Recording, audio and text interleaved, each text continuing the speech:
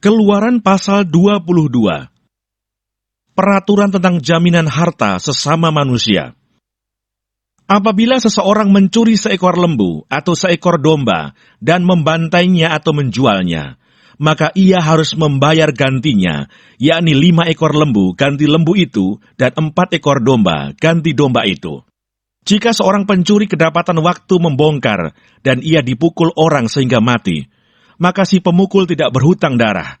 Tetapi jika pembunuhan itu terjadi setelah matahari terbit, maka ia berhutang darah. Pencuri itu harus membayar ganti kerugian sepenuhnya. Jika ia orang yang tak punya, ia harus dijual ganti apa yang dicurinya itu. Jika yang dicurinya itu masih terdapat padanya dalam keadaan hidup, baik lembu, keledai, atau domba, maka ia harus membayar ganti kerugian 2 kali lipat.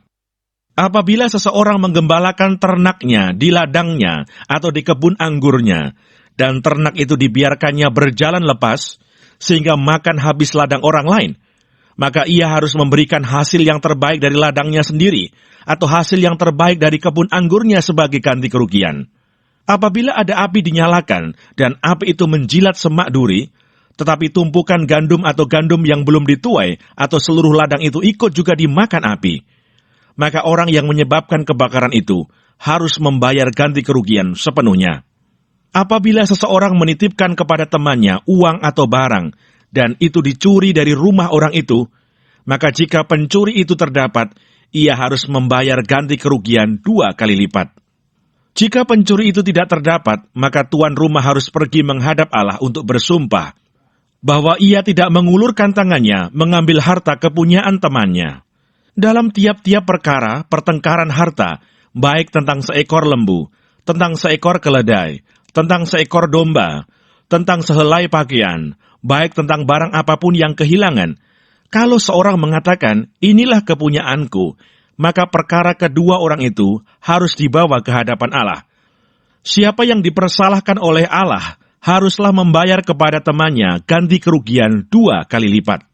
Apabila seseorang menitipkan kepada temannya seekor keledai, atau lembu, atau seekor domba, atau binatang apapun, dan binatang itu mati, atau patah kakinya, atau dihalau orang dengan kekerasan, dengan tidak ada orang yang melihatnya, maka sumpah di hadapan Tuhan harus menentukan di antara kedua orang itu, apakah ia tidak mengulurkan tangannya mengambil harta kepunyaan temannya, dan pemilik harus menerima sumpah itu, dan yang lain itu tidak usah membayar ganti kerugian. Tetapi jika binatang itu benar-benar dicuri orang daripadanya, maka ia harus membayar ganti kerugian kepada pemilik.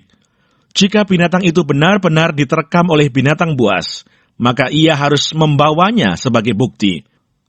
Tidak usah ia membayar ganti binatang yang diterkam itu. Apabila seseorang meminjam seekor binatang dari temannya, dan binatang itu patah kakinya atau mati, ketika pemiliknya tidak ada di situ, maka ia harus membayar ganti kerugian sepenuhnya. Tetapi jika pemiliknya ada di situ, maka tidak usahlah ia membayar ganti kerugian. Jika binatang itu disewa, maka kerugian itu telah termasuk dalam sewa.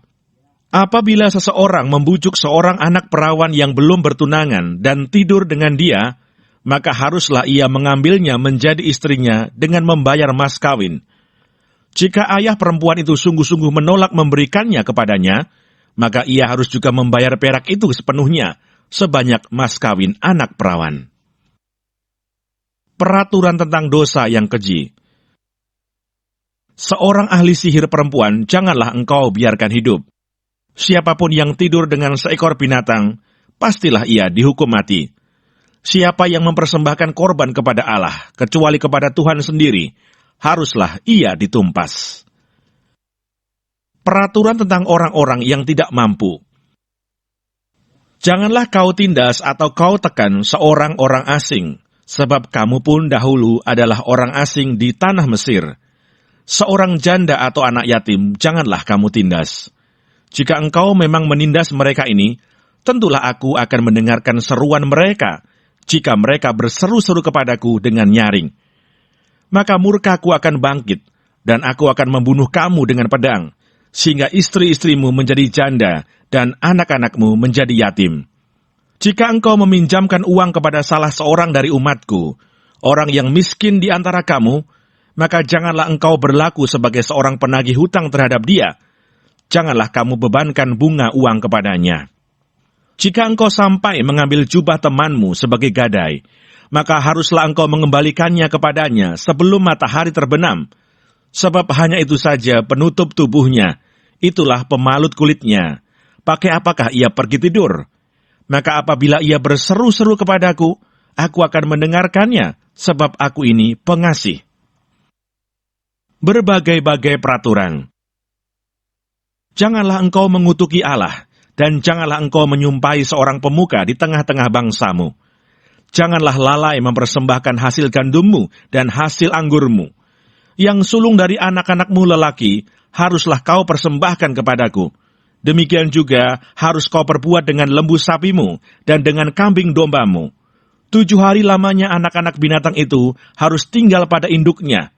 Tetapi pada hari yang ke-8, haruslah kau persembahkan binatang-binatang itu kepadaku. Haruslah kamu menjadi orang-orang kudus bagiku.